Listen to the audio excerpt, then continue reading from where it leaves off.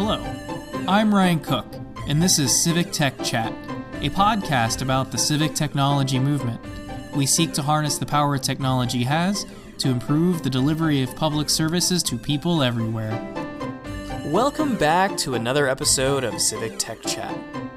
You might or might not be aware of the fact that a couple months ago, this program turned 1 year old.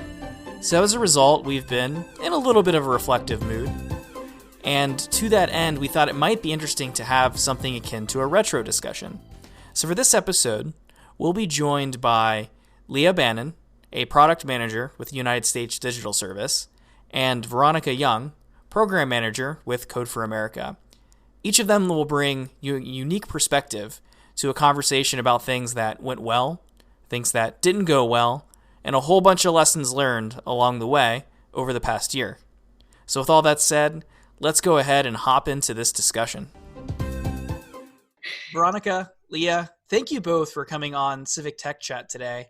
Could each of you introduce yourselves and tell us a little bit about what you do?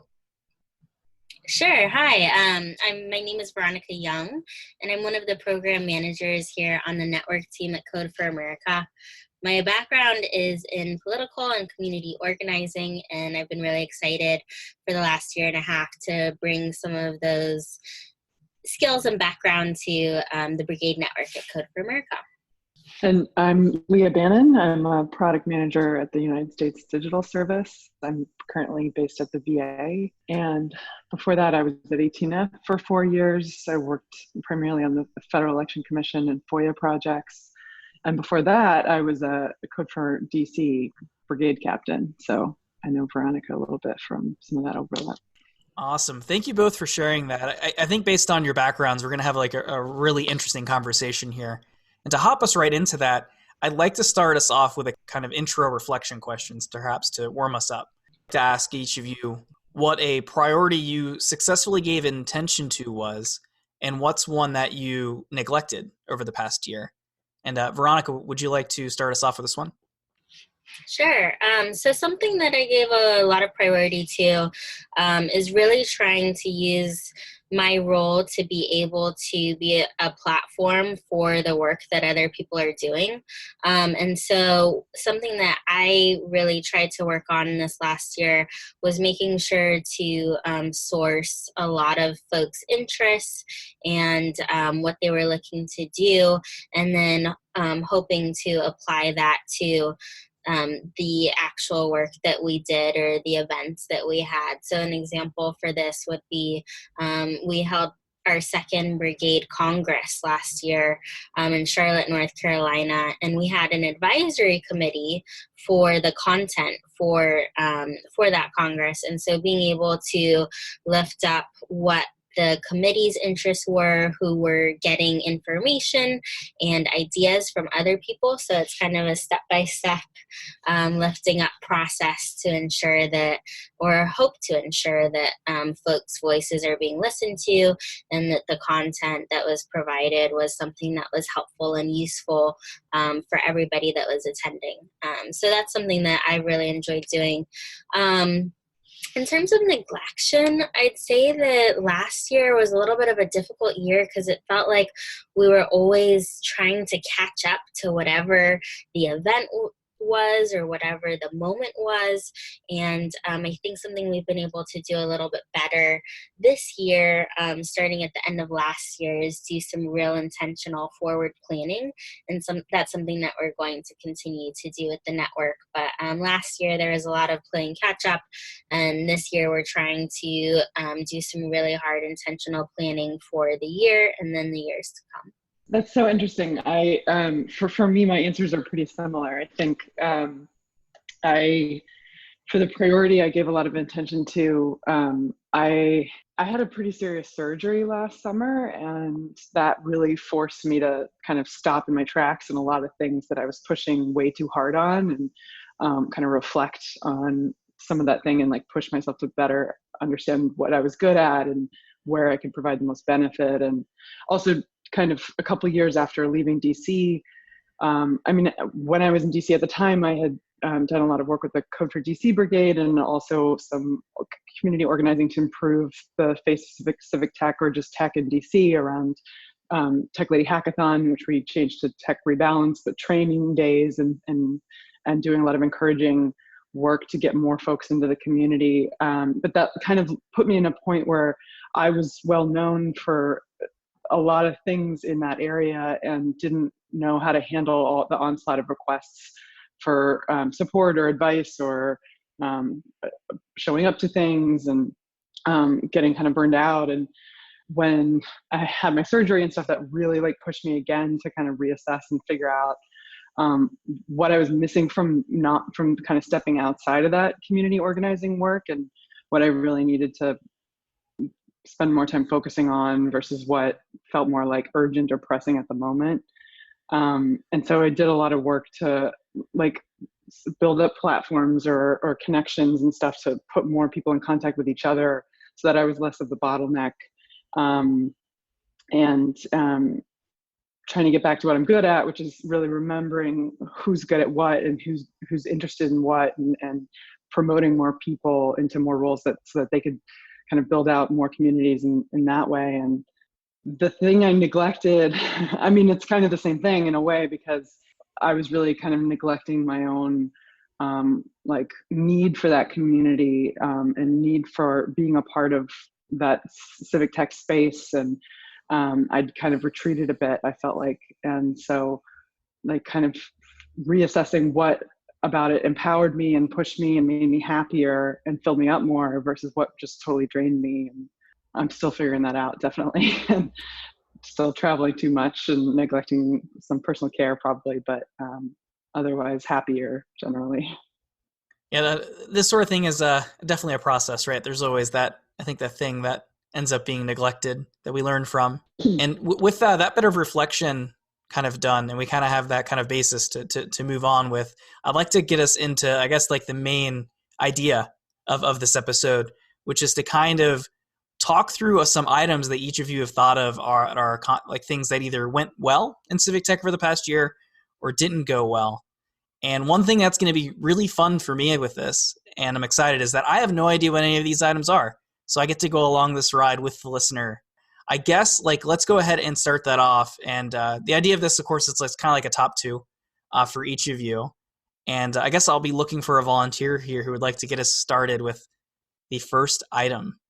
I can get started. And I will also just be very transparent about the fact that my kind of experience is very much in the kind of Code for America sphere. So when I'm talking about things that I see as a win in civic tech, most of this is Code for America based, but I think in some ways extends to the broader community. But something that I really enjoyed and I think was able to kind of bring people together were some of the in-person opportunities that we had to connect this last year.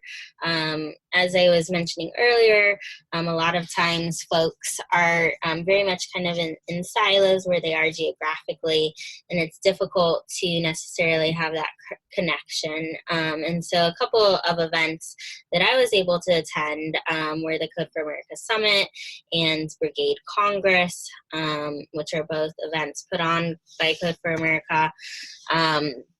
And I was able to have some planning roles in both of those events. And it was just really, really nice to actually be at those events and meet people in person and have those human connections. Because so much of what we do, especially in a distributed model, is by computer or over chat, even over video, which is helpful, but actually being in the same room as people and being able to have that connection. My background is in politics, and I've worked on a number of campaigns. And one of the things that kind of drives people in a campaign, and I think a lot of the work that folks do in an advocacy role, is just that energy and that vibe. And so being able to have that energy in person at some of these events, I think really fuels me and fuels a lot of other people that are part of the network to be able to connect and knowledge share, and actually have conversations that can last over breakfast and lunch and dinner. And so really being able to have that human connection is something that I think we're doing a little bit better on, being able to get people in the same room and get people together in person. And so that's something that I think really developed last year, and I'm looking forward to continuing to see that develop. So, yeah, I mean, before I'll share mine, I'll just say, since I'm not being paid by Code for America, I'll just say also, I totally agree. And I like, especially Summit to me feels like such a rare opportunity to get so many different like people from digital service teams and brigades and from across the country in one place. These are folks I often talk to frequently online, and you can kind of get used to pretending that that's keeping your relationship going and connecting, but that kind of in-person chance to meet them and get introduced to their friends is really so valuable, I think. But I was going to say, for me, mine is less uplifting, but maybe I can turn it around. But I mean, I think one of the biggest things that's impacted everyone over the past couple of years has been Me Too. And I've been thinking a lot about how we become better allies. It's always a process, not a destination. And, especially, I think even the civic tech movement, is certainly not excused from any of that. And we noticed like a big article come out with Clay Johnson last year that he had been heavily involved in a lot of big civic tech organizations. And there were, one of the things I found most frustrating about it were the people who kept saying, I'm so shocked and appalled by this. I'm so stunned and shocked, because if you'd been paying attention or asking or checking in, and this was widely known by a lot of people in civic tech. And so I think a couple things that I often recommend to people when they're trying to become better allies is first asking more questions.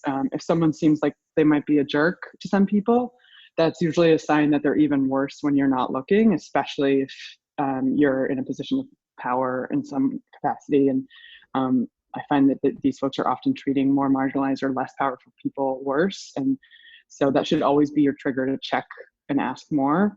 And the more power and security you have in your role or in your community, the more responsibility you have there. And that goes the same with sharing stories, right? The more power and responsibility and security you have, the more you should be sharing your stories about what you experience. People will start hearing patterns, and that's really been, I think, part of the biggest strength of Me Too. I would say also, if you are in a position of privilege, it's more your responsibility to talk to other people with similar privilege and remind them certain things or push back on them in certain ways. Multiple studies have shown that people respond better and are more open to that feedback when it's coming from someone like them, which is frustrating, but very true. If you see someone being attacked or harassed, or they seem really uncomfortable in a conversation, talk to them only. Ask if they're okay, if they could use any help getting to a safer space. Just asking questions and listening to them is really important. Respecting people's pronouns, sharing yours is a signal that it's acceptable and encouraged to clarify pronouns at the beginning of meetings. And then the biggest thing that is hard, but gets a lot easier with practice, I swear, is if someone corrects you or if you've overstepped somehow and they push back on you, first remember that's a compliment. We don't do that to people that we don't think care. So just really remember, like, if someone is correcting you or pointing out something you did wrong, like, they think that you're fixable and open to feedback. And so don't make a big deal about it. Apologize quickly, maybe say thank you, correct it, move on. And that's really the best way to respond to that and show that you care and are open to improving. And that's all we're looking for, because nobody is perfect. And like what I said at the beginning, it's always a process. It's not a destination to become an ally. And then, for the love of God, please stop announcing your privilege when you first start talking. If I hear one more person stand up and say, as a white man, I believe X, I can't take it anymore. Just that I'm not interested. Like, if you have an important point to make it, but you don't need to take up space by announcing and reminding everyone how much privilege you have.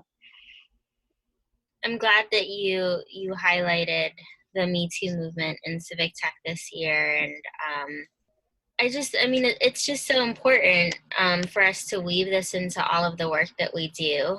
And this is something that, as just a human being and as a person color and as a woman, and living at different areas of intersectionality, it's been very inspiring to see the focus and attention on inclusivity and equity throughout the network over the last year.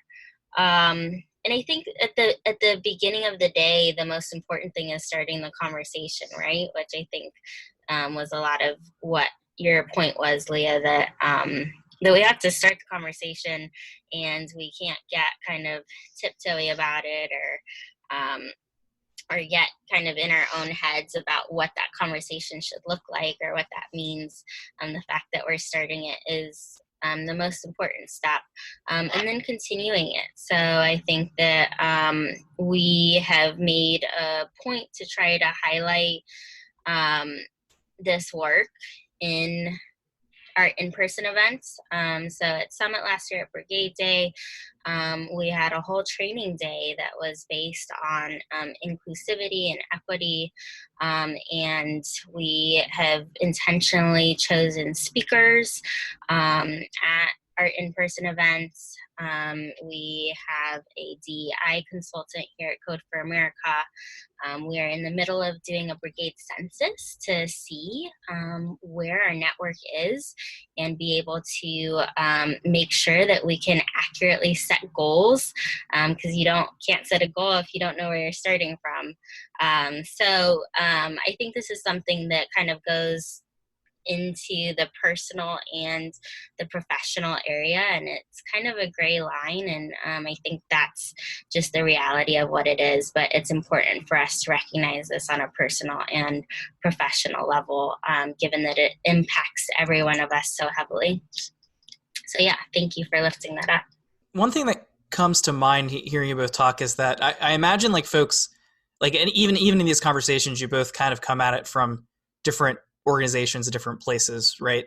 If there are folks out there that are in places that maybe aren't quite so far along the line of progress to being like, as an organization, a good ally, are there things that you would suggest they do as being like a member of that organization to try to do like what you two are doing here and kind of like lifting this up as something that's important? Yeah, I mean, I'd say advocating for stuff ahead of time before it becomes a problem, like even if you don't need a gender neutral bathroom, like if there isn't one in your organization, ask for it. Like nothing ever happened, things barely, even just asking for it starts creating that conversation, or starts, if maybe one or two other people did it too, like you would start noticing a little bit more push. And just the more you can speak up and the more you can really message people, if you don't feel publicly saying it publicly, but if you don't feel comfortable saying it publicly, but if someone stood up and said something or requested it, like the more you can do to echo people's voices, especially if you don't think that they're being listened to, and, asking more questions, pushing more on this stuff. Veronica, y'all have some pretty good guides and stuff for the brigades, right? Yeah. So in terms of our code of conduct, we enforce really strongly. That's the kind of one way that we're able to at least attempt to create a safe and inclusive environment. And then, of course, we have had in-person trainings as well. And we're currently doing more work to ensure, really, Code for America, one of our goals is to be a leader in diversity, equity, and inclusion in the tech space, which is why we are taking several different measures in order to do this, including the census, but we also did internal census and survey of staff, and we're coming out with a diversity and equity and inclusion report for the organization, as well as setting some very clear goals to ensure that we're not only trying to be at the national curve, but ahead of the national curve in terms of diversity, equity, and inclusion. So yeah, I would also say, in terms of folks that may be in areas where they don't feel that their voice is as supported, or that they might not have a lot of allies in the either geographical or just situational spaces that they're in. I would also say that it's just really important to kind of protect yourself and protect your own personal space. It can be difficult to sometimes always be the advocate for something, and so while it's important to feel empowered to lift up your voice, also ensure that you're taking care of yourself and putting yourself in a space where you feel safe. And so that can take many different forms, but making sure to keep that self-care component in there as well. Those are great points. A couple of podcasts I recommend. I think being able to listen into some other communities and listen to what they're talking about and pick up on the way they describe certain different kinds of marginalization or experience. They're really experiences that people are going through is one of the biggest ways that I have learned more. I'd say I recommend Pod Save the People. DeRay McKesson is really a great leader on that. He's got an amazing book out. I highly recommend. Made of Human by Sophie Hagen is a really good one. I'm a huge fan of Queer Eye on Netflix.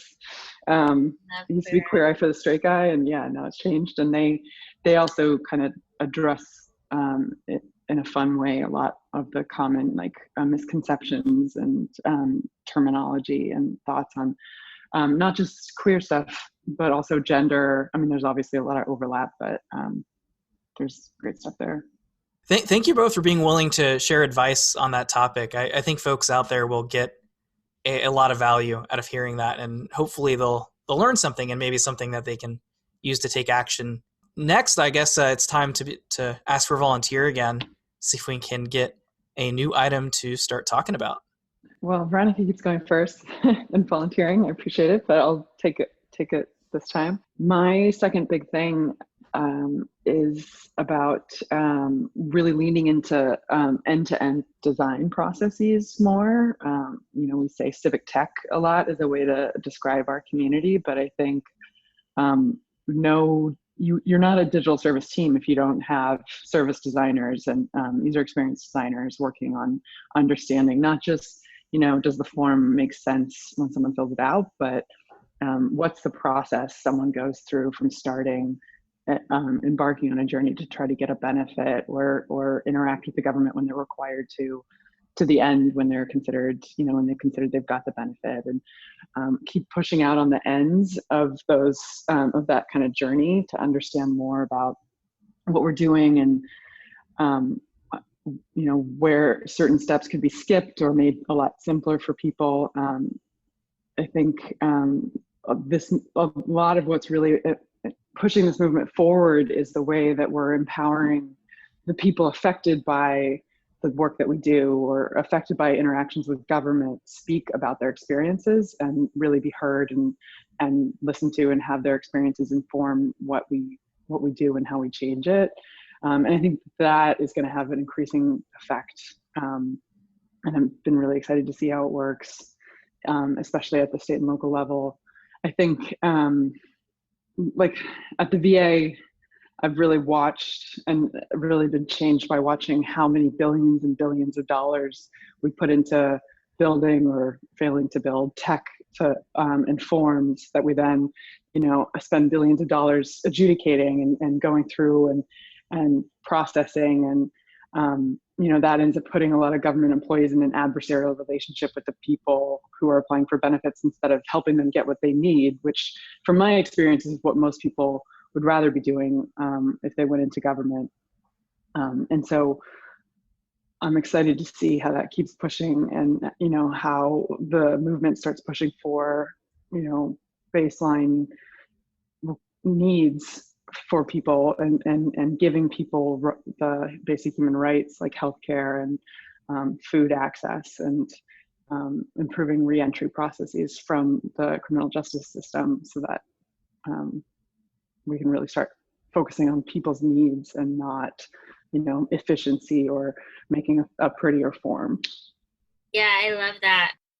I want to highlight what Leah was saying because that ties into the second area that I wanted to talk about as well. But to stay here for a second and really talk about work that we're doing that is impactful for the communities in which we're looking to work with and in which we look to serve, I think is incredibly important.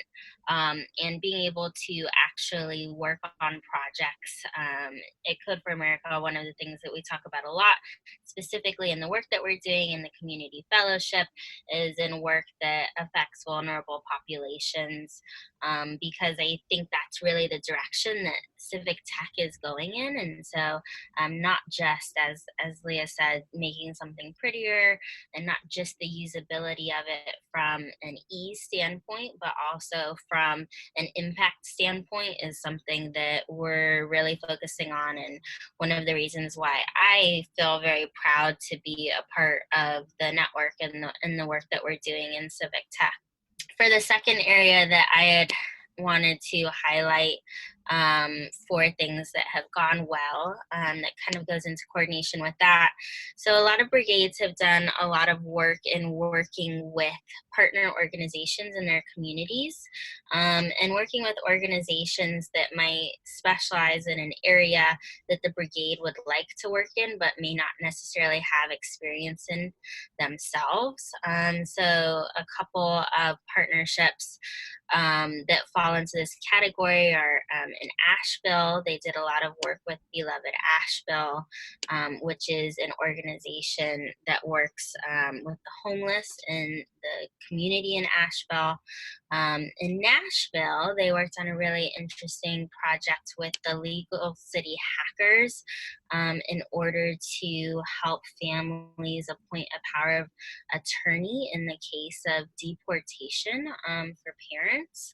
And they're just all throughout the brigade network are brigades working on different projects with various organizations that may not be the specialty or work experience of the folks that are part of the brigade, but they want to have an impact in an area, and so have sought out relationships with various organizations that work in those areas. And so being able to actually say, hey, I want to work on something, but I'm not necessarily the best person to say what the needs are of a certain community or identify exactly everything that's going on in somebody's experience, and working with an organization that does specifically focus on that. I think there's a real strength that comes from that, and I think that's really where a lot of our power is in being able to bring the skills that we do have to other people who have experience in various areas that we're looking to focus in. So I'm really excited about this partnership aspect that a lot of work is being done in and has been highlighted throughout the year. Yeah, I just saw y'all announced they were partnering with, what is it, San Jose, to do more record expungement work. Yeah, so in Los Angeles, we're doing a partnership in Los Angeles. That was announced yesterday. And I think there's potential for up to 50,000 people to be affected by the record clearance measures. So it's really exciting work and building off of the work that we've done in San Francisco. And what's also really exciting is brigades are getting into the auto expungement area as well. So for example, in Portland, they're working with their local DA's office to work on auto expungement as part of the brigade. So there's lots of work happening in the expungement area in particular, where we can have a real impact, and that's really exciting. Yeah, I mean, to me, that every time I see that program move forward, I get goosebumps. I'm so excited about it. I mean, it's such a perfect example to me of like addressing the needs of some of our most vulnerable communities and just fixing it for them, you know, in a way that doesn't force them to go through more forms or processes or systems that are make things more difficult every time. Yeah, I agree.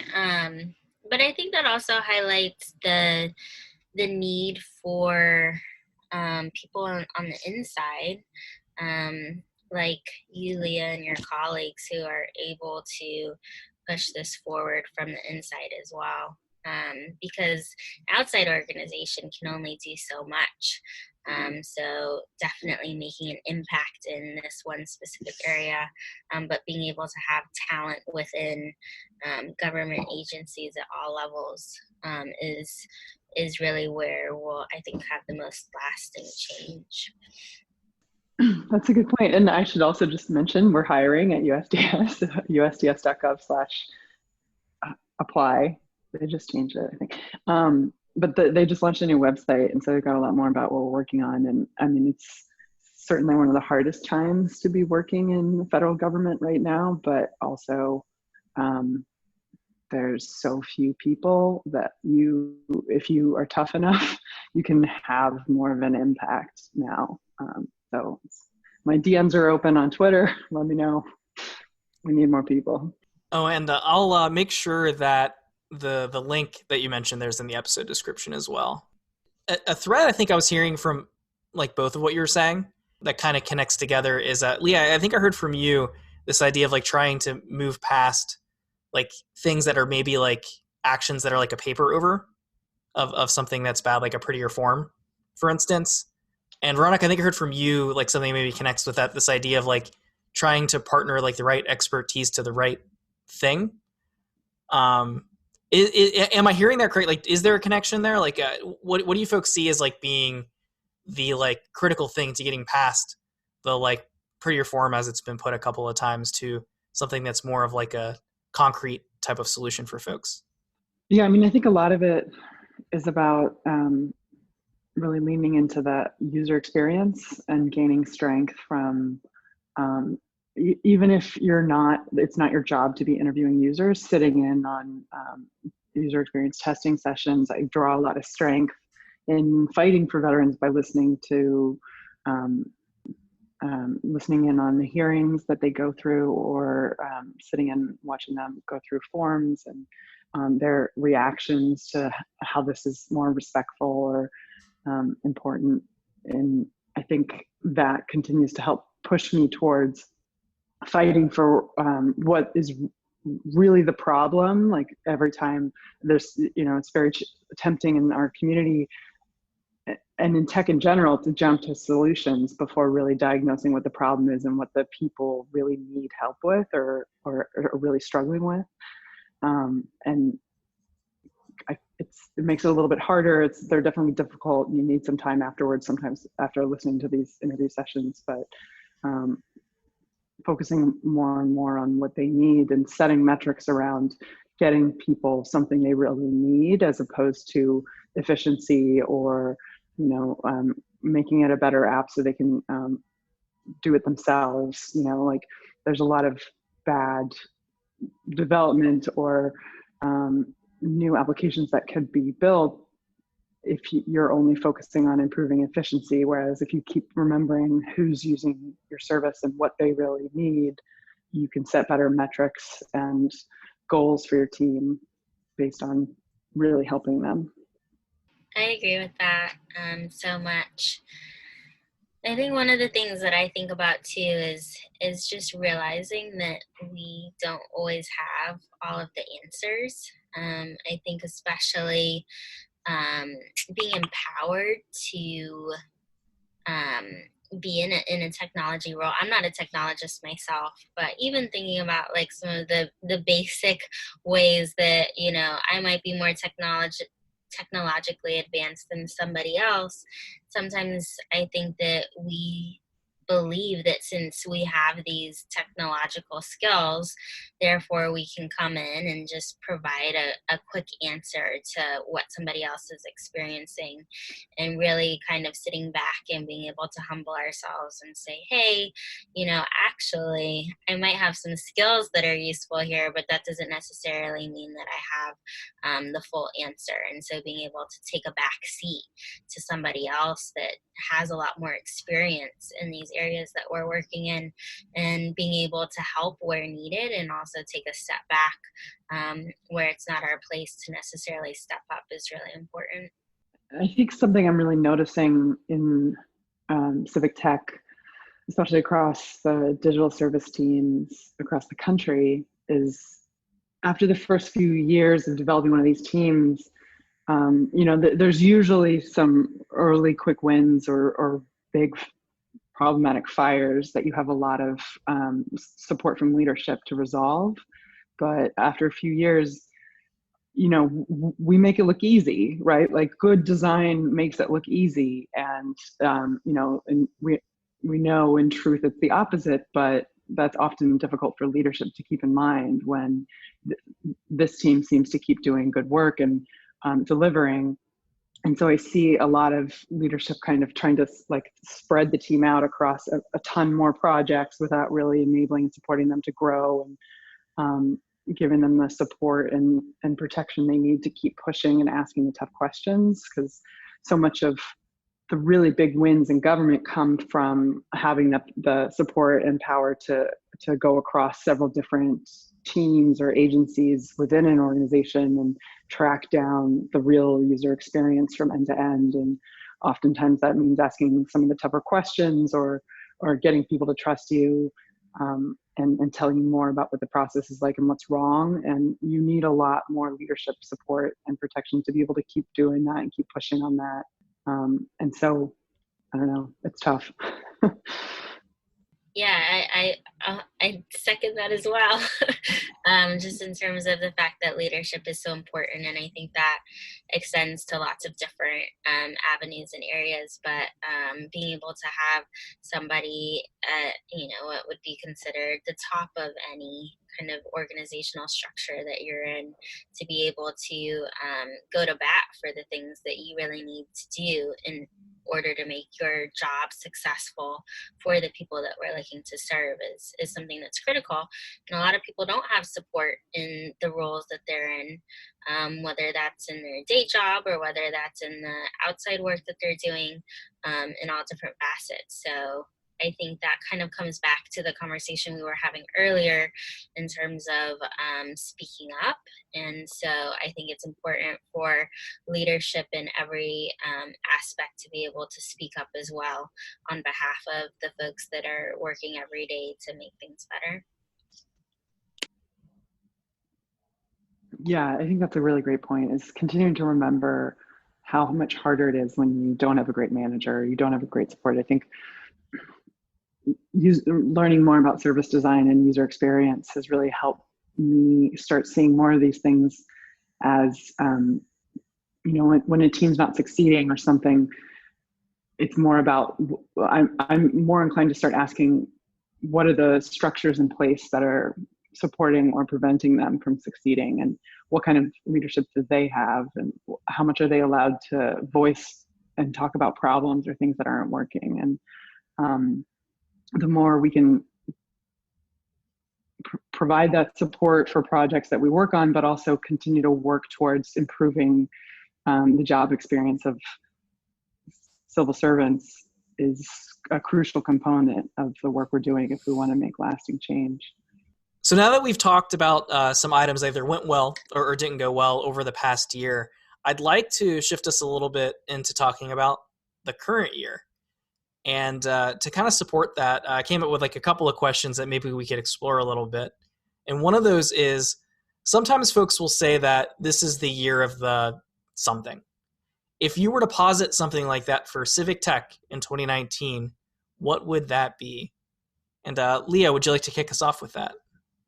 Sure. Yeah. I mean, I think what I'm especially hoping for from this year is more reflection on our own models and our own systems, and what enables a digital service team or a brigade or anyone in government to succeed, and really using more of the tools that we know work to solve and figure out these challenges, like design, user experience testing, to take a look back at what are these teams struggling with across the country, what are they, what is making their jobs harder, and how, and especially even on just an individual level on your own team, if something's really not working or there's a process that's especially difficult, like taking a couple weeks off from project work to re-examine what's working on your own team, and keep remembering to keep using the tools that we know work on ourselves as well. And Veronica, what would that be for you?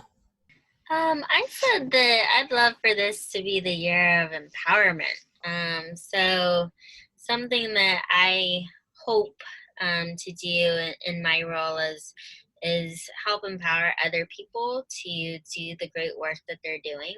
And so that's what I would love for people to feel. I hope that people feel empowered to do the work that they're doing. One of the parts of my job that I really enjoy is I get to talk to people that are interested in possibly starting a brigade in various places around the country that don't have brigades already. And just to be able to hear the excitement that folks have to possibly bring a brigade, and more so just kind of an arm of civic tech into their communities is really exciting. And there are obviously amazing leaders in our communities that already exist that are doing great work. So my goal is just for folks to feel empowered to either start doing work in the civic tech community or continue to do the work that they're doing, and feel that they have the support behind them to do so, both in a tangible way, but also just in a, hey, you're doing a great job. We recognize that this is hard work and you're doing a lot of this in your spare time for free for the benefit of your community, and basically having a cheerleader to do that. So that's what my goal would be, is for folks to feel empowered in the work that they're doing. I love that. I mean, I've been thinking a lot about how the past couple of years have pushed a lot of people, I think, to look more into their communities and build more community and build more strength from the people around them and the people that they want to uplift. And I think, a lot of this work may not have gotten done or been done had the election gone a different way. And I think for a lot of people in this country, things would be just as bad had the election gone a better way. So who's really struggling in our communities, and how are we helping them, and how are we reaching out to them more, and realizing that we can't always trust a lot of the institutions and systems that we thought were more trustworthy a few years ago. And now that we've been doing that work over the past couple of years, how are we activating that and pushing for more, like Veronica was just saying, and empowering each other to build on that people power and make better change for our communities. So a lot of conversations I have with people, they say that in particular the political climate has launched them to want to explore doing good in their communities, which is why they're looking into starting a brigade.